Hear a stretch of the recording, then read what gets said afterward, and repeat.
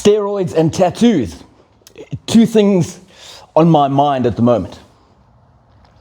Many will have seen the enhanced games, which happened yesterday.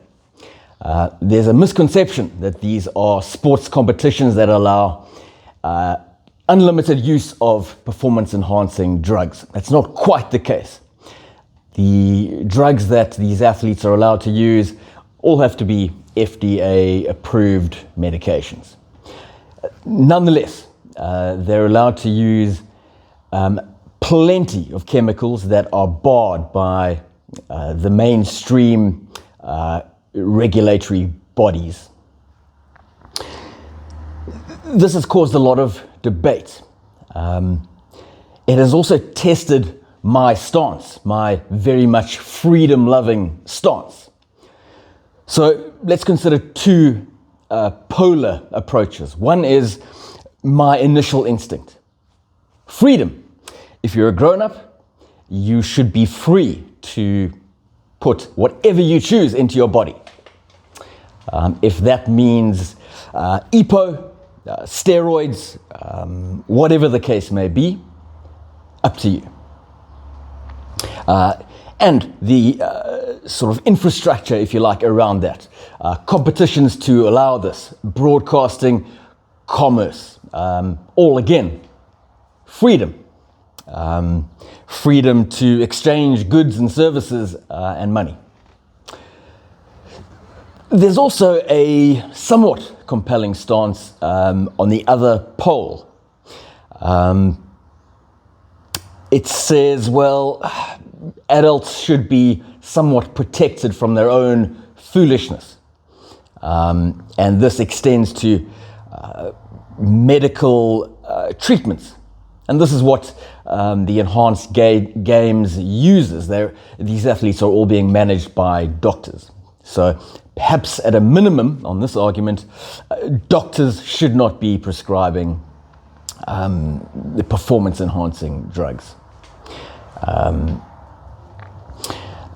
The other argument is more of a moral, societal one. The argument here is essentially the impact on the youth. Youngsters will now be looking up to these athletes who are taking performance-enhancing drugs. And that this is chiefly a money-making venture. As compelling as those reasons sound initially, I think they fall down when you press on them. One, who are we to decide what is a sensible medical treatment? We are in favor of all kinds of things that limit downsides and improve our lives. I'm not sure it's fair to say that EPO, which, as far as I know, increases hematocrit levels, essentially allowing your blood to carry more oxygen, is an unfair treatment. I'm also not sure that steroids are things that should be outside the realm of a doctor's prescription. Certainly they can have terrible side effects, but so can many of the drugs that we accept. And I think it's fair to suggest that steroids can probably be applied safely or with at least limited risk relative to the benefits. But I don't think we know that for sure. The only way to know is to allow some experimentation. As for setting a bad example for youngsters, well, that's a weak argument to me. There's no shortage of bad examples for youngsters. Societies that try to eliminate those will fail.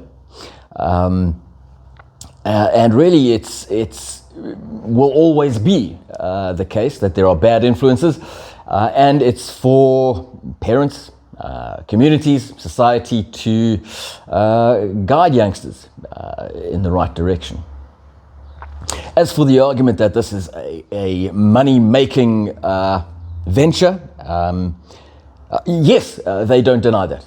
They're now a listed company, and I see absolutely no problem with that. If there is a free exchange of goods, services, and money, that's a good thing. That means productivity. Another argument is that this somehow sullies world records. Again, I think that falls flat. This is all done in the open. Nobody believes that a record set at the enhanced games is comparable to one set in an environment with drug testing. In fact, I would suggest that this is a lot less damaging to credibility than those who dope and then compete in games or in competitions where doping is outlawed. So in sum, my freedom instinct survives. My stance is that the enhanced games are fantastic. They're interesting. They're not free of flaw, but they fall very much within the realm of things that grown-ups should absolutely be free to engage in. No one has to enjoy them, no one has to endorse them, but they are perfectly worthy of the freedom that many of our activities are worthy of. Another interesting example that tests my stance is something I've just spotted recently. Tattoos happening under general anesthetic. Now, my stance on tattoos is that they're not my style, but again, who am I to judge? The question that arises here, I think, is about medical resources. Anesthetists, I think Americans call them anesthesiologists. We call them anesthetists. This is a highly specialized and rare medical skill. It's tempting to say, well, it shouldn't be allowed to be used for something essentially cosmetic.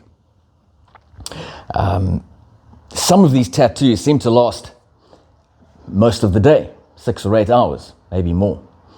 People get put under. The anaesthetist has to be there all the time, monitoring things, as with any surgery. And a team of 4 to 6 tattoo artists work away. Someone can go to sleep with few or no tattoos and wake up pretty much with their entire body tattooed. I think the sort of collectivist approach would be, this shouldn't be allowed. That anaesthetist could have been working at a children's cancer facility. I'm not entirely unsympathetic to that stance. But again, it comes back to the question of whether we can reliably control individual activity for the greater good. I'm prepared to accept there are instances where we can. But the key word there is reliably. Can we reliably have committees, government bureaucracies that decide which activities are valuable and which aren't, which provide enough public benefit, and limit or even exclude or ban the very simple offer and acceptance. So while some would be tempted to say, no, we shouldn't have anaesthetists using their rare skills on something frivolous, I would say that this requires, that position demands outlawing. One person saying to another person, I'd like to get this done, I can pay you X. and that person being free to accept it. And it's a great microcosm. It elevates to things like socialism, to nationalizing a health service, as is being attempted in South Africa. Quite tempting at first glance to say, well, no, we must regulate this. In reality, however, we know very well from principles and history that committees controlling individual action tend to cause disaster. In the case of nationalized health, taking the small example of tattoos under anesthesia and elevating it to say, well, government should step in and command the way doctors and nurses operate. This absolutely will cause utter disaster. And so part of the solution here is a little bit of discipline. A little bit of discipline going beyond that initial thought of, hang on, this doesn't seem right. And pausing to think. And as far as I'm concerned, a very basic reasoning out with a look at history captures the folly and the tragic folly of over-regulation, of centralization, based on a hunch or an initial thought. Often this initial hunch or thought is an altruistic one. It's well intended. But injecting that little bit of discipline to think it through lands us almost every time on freedom